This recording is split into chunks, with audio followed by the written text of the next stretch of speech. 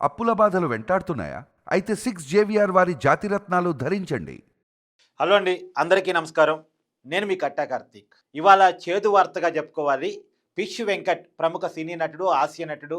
దాదాపు 100లకు పైగా సినిమాల్లో నటించాడు. 25 సంవత్సరాల సినీ చరిత్ర ఉన్నటువంటి వ్యక్తి ఇవాళ కన్ను మూశారు అనారోగ్య కారణాలతోటి. చందానగర్ ఒక ప్రైవేట్ ఆసుపత్రిలో 9 నెలలుగా హాస్పిటల్లోనే చికిత్స పొందుతూ అనారోగ్య సమస్యలతో బాధపడుతూ చనిపోయారు ఆయన.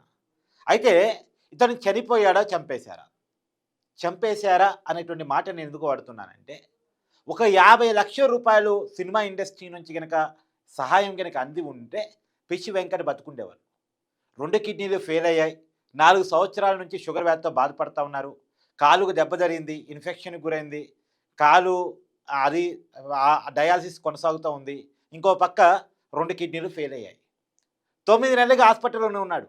9 రోజులే ఉన్నాడు అనుకుంటే సినిమా ఇండస్ట్రీ పెద్దలకి ఇంకా సమాచారం చేరలేదేమో, చేరేలోపే చనిపోయాడేమో అనుకోవచ్చు.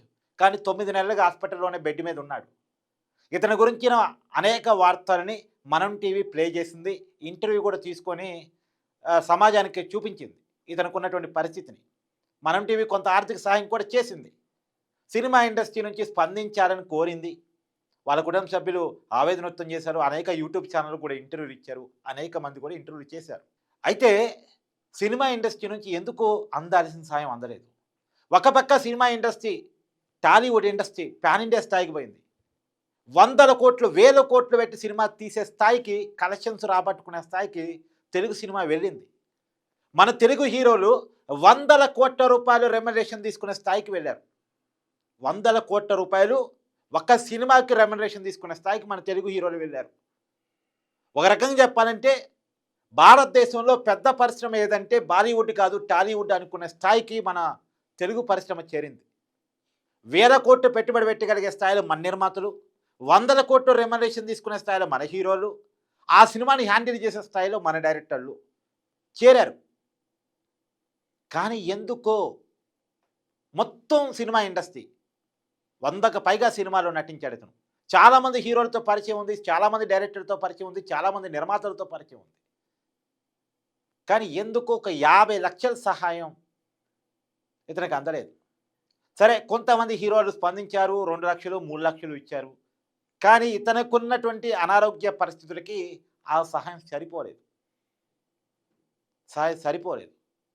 కానీ ఇండస్ట్రీగా ఏకమై ఇతను తీసిన 100 సినిమాల్లో 100 సినిమా యూనిట్కి ₹1,00,000 ఇచ్చున్నా, కనీసం 50,000 ఇచ్చున్నా ఇవాళ పిష్ వెంకట్ మన మధ్య ఉండుండేవాడు, బతుకుండేవాడు.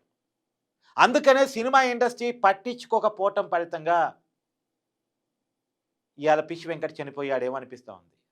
ఏ ఇండస్ట్రీ గొప్పతనమైనా, ఏ సంస్థ గొప్పతనమైనా ఆ సంస్థలో, ఆ వ్యవస్థలో పనిచేస్తున్న వాళ్ళ కష్టాలు, నష్టాలు అర్థం చేసుకొని అందరినీ ముందుకు తీసుకెళ్ళగలిగి, వాళ్ళ కష్టాలను తీర్చగలిగి, వాళ్ళ ఇబ్బందుల్ని పట్టించుకోగలిగితేనే ఆ వ్యవస్థ గొప్పదైనట్టు, ఆ సంస్థ గొప్పదైనట్టు. ఆ వ్యవస్థ, ఆ సంస్థ 100ల కోట్ల స్థాయికి వెళ్ళినా, 1000 కోట్ల స్థాయికి వెళ్ళినా, అదే సంస్థలో కనీసం సహాయం అందకొకడు చనిపోతే ఆ సంస్థ గొప్పది కాదు, ఆ వ్యవస్థ గొప్పది కాదు, ఆ మనిషి గొప్పోడు కాదు. మానవత్వానికి మించిన స్థాయి ఏమీ లేదు. సినిమాల్లో పెద్ద పెద్ద డైలాగులు రాస్తూ ఉంటారు, చెప్తూ ఉంటారు. చాలా పెద్ద పెద్ద డైలాగులు చెప్తారు. ఊర్లు దత్తత తీసుకున్నామంటారు, తీసుకోవాలని చెప్తూ ఉంటారు. కష్టాల్లో ఉన్నవాళ్ళని ఆదుకుంటాడు హీరో. అది తెర మీద మాత్రమే, బయట మాత్రం అలా జరగదు. పాపం ఇతనితో నటించినటువంటి గబ్బర్ సింగ్ టీం ఐడియా ఉంది కదా, ఆ సినిమాకి హైలైట్ టీం అది. ఆ సినిమా హిట్లో వీళ్ళదే ప్రధాన భాగం, గబ్బర్ సింగ్ టీంది. వీళ్ళ టీం చాలా ప్రయత్నం చేసింది పిష్ వెంకట్కి సహాయం చేపించడం కోసం సినిమా ఇండస్ట్రీ పెద్దల నుంచి. ఎందుకో ఫలించలేదు. పైగా నిట్టూర్పులు, ఏడుపులు. 100ల పైగా సినిమాలు తీశాడు కదా, డబ్బులు దాచుకోలేకపోయాడని. డబ్బులు దాచుకోలేకపోయాడు కాబట్టేగా చేయి చాచి అడిగింది ఆ కుటుంబం. దాచుకొని ఉంటే అడగదు కదా. ఇలా దాచుకోలేకపోయాడు, దానికి కారణాలు ఏమైనా కావచ్చు. అతనికి ఉన్న మంచితనం కావచ్చు, సాయి గుణం కావచ్చు, దాచుకోవాలనేటువంటి ఆ తెలివితేట లేకపోవటం వల్ల కావచ్చు. దాచుకోలేదు, చేయి చాచింది ఆ కుటుంబం. తప్పని పరిస్థితుల్లో 100ల పైగా సినిమాలు, సెలబ్రిటీ హోదా అందుకున్నటువంటి కుటుంబం చేయి జాచి సహాయం కావాలని అడిగింది. పాపం చాలా మంచివాడంట. అక్కడ ఇతను హైదరాబాద్ రామనగర్‌లో నివాసం ఉంటాడు. అక్కడ చుట్టూ ఉన్న ప్రజలు చెప్తూ ఉన్నాడు. ఒక సెలబ్రిటీ హోదా వచ్చిన తర్వాత కూడా తనతో పాటు చిన్నప్పటి నుంచి పెరిగిన వాళ్ళను పేరు పెట్టి పలకరిస్తాడు. చిన్న ఫంక్షన్ అయినా హాజరవుతాడు. ఆ రోజు సినిమా షూటింగ్ లేదు అంటే ఆ దగ్గరలో ఉన్నటువంటి వాళ్ళ బంధువులు, మిత్రులు వాళ్ళతో గడుపుతాడు. చిన్న ఫంక్షన్ అయినా హాజరవుతాడు. ఇంటికి పోయి అందరితో ముచ్చటిస్తాడు, పలకరిస్తాడు. నేను ఆ స్థాయి పెరిగింది కదా! వీళ్ళని నేను పట్టించుకునేదేంది, వీళ్ళని నేను పిలిచేదేంది, వీళ్ళతో నేను గడిపేదేంది అని అనుకునేటువంటి మైండ్ సెట్ కాదు పిచ్చి వెంకట్‌ది అనేది ఇయాల తలుచుకొని అందరూ బాధపడుతున్నారు. ఇయాల ఎంతమంది సంతాపం చెప్పినా ఏం లాభం? ఎంతమంది పిచ్చి వెంకట్ గొప్పతనాన్ని తలుచుకొని మాట్లాడుకున్నా ఏం లాభం? ఇయాల పిచ్చి వెంకట్ మన మధ్య లేరు. ఒక మనిషి చనిపోయిన తర్వాత అతని గొప్పతనాన్ని కీర్తించటమో, అతని నటన గురించి గొప్పతనాలు చెప్పటమో లాభం లేదు. ఆ మనిషి బతికున్నప్పుడు కూడా పట్టించుకోగలగటం, సహాయం చేయగలగటం, అతన్ని ఆదుకోగలగటం, అతన్ని బతికించుకోగలగటం చాలా ఇంపార్టెంట్. ఆ విషయంలో మన సినిమా ఇండస్ట్రీ ఫెయిల్ అయింది. ఖచ్చితంగా చెప్తున్నాను, సినిమా ఇండస్ట్రీ ఫెయిల్ అయింది. మన సినిమాలు ఎంత హిట్ అయినా కావచ్చు, కానీ మన సినిమా ఇండస్ట్రీ మాత్రం ఫెయిల్ అయింది. మన హీరోలు ఎంత తోపులైనా కావచ్చు, కానీ మన హీరోలు ఫెయిల్ అయ్యారు. రియల్ లైఫ్‌లో మన సినిమా ఇండస్ట్రీ ఫెయిల్ అయిపోయింది.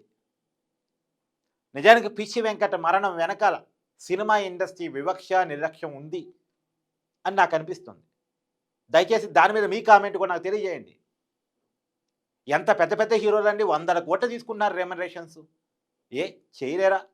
ఒక వ్యక్తే ₹1,00,00,000 చేయాలని నేను అంటలే. ఒక సినిమా టీమే ₹1,00,00,000 చేయాలని నేను అంటలే. ఇతను చాలామంది హీరోలతోటి దాదాపు ఇప్పుడున్నటువంటి పెద్ద హీరోలు అందరితో పరిచయాలు ఉన్నాయి పిచ్చి వెంకట్‌కి. మన పెద్ద పెద్ద హీరోలు ఒక 10 మంది తలా 10 లక్షలు వేసుకుంటే, తలా 5 లక్షలు వేసుకుంటే, పెద్ద పెద్ద నిర్మాతలు ఒక 10 మంది ఫిల్మ్ ఛాంబర్‌గా తలా 5 లక్షలు వేసుకొని ఫిల్మ్ ఛాంబర్ తరపున సాయం చేస్తున్నామంటే,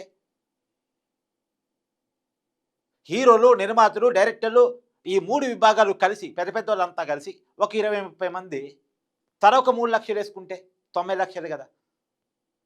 తలా 2 లక్షలు వేసుకున్న 60 లక్షలు కదా! సరిపోయేది పిచ్చి వెంకట్‌ని బతికించుకోవడానికి. కిడ్నీ మార్పిడి చేసుకోవడానికి 2 కిడ్నీలు మార్పిడి చేయాలి అన్నారు. 50 లక్షల పైగా సహాయం అవసరం అని చెప్పారు. ఇది చిన్న సహాయమే, వాళ్ళ వాళ్ళ స్థాయిలో చిన్న సహాయమే. కానీ పట్టించుకోనితనం. ఏది ఏమైనా సినిమా ఇండస్ట్రీ పిచ్చి వెంకట్‌ని ఇయాల కోల్పోయింది. ఈ మధ్య కాలంలో అనేక చేదు వార్తలు సినిమా ఇండస్ట్రీ మనం చూస్తున్నాం. కోటా శ్రీనివాసరావు గారు ఆయన చాలా కాలంగా అనారోగ్యానికి గురయ్యి ఇబ్బందులు పడుతున్నారు. కథ కాకుండా ఆర్థికంగా సెటిల్డ్ ఆయన, మాజీ ఎమ్మెల్యే కూడా ఆయన. ఆయనకి సినిమా ఇండస్ట్రీ నుంచి సాయం అవసరం లేదు ఆర్థికంగా. ఆయన కూడా చాలా కాలంగా అనారోగ్యానికి గురై బాధపడుతూ మన ఈ మధ్యన చనిపోయారు. హీరో రవితేజ ఫాదర్ చనిపోయారు. ప్రముఖ నటి సరోజాదేవి ఆమె చనిపోయారు. ఈ వార్తలన్నీ మర్చిపోకముందే పిచ్చి వెంకట్ మరణం ఒక రకంగా టాలీవుడ్కి చేదు వార్త ఇది. కానీ పిచ్చి వెంకట్ మరణం మిగతా మరణాల కంటే కూడా ఎక్కడో సినిమా ఇండస్ట్రీలో ఉన్న లోపమే చంపేసింది. వీళ్ళకి మానవత్వం ఉండదు, అంతా కమర్షియల్ మైండ్స్, డబ్బుల కోసం ఉరుకులు, బిజినెస్ కోసం ఉరుకులు, కేవలం అభిమానుల కోసం 4 డైలాగులు చెప్పాలి కాబట్టి మానవత్వాన్ని జోడిస్తూ ఈ డైలాగులు చెప్తారు తప్ప రియల్ లైఫ్లో వాళ్ళ మానవత్వం ఉండదు.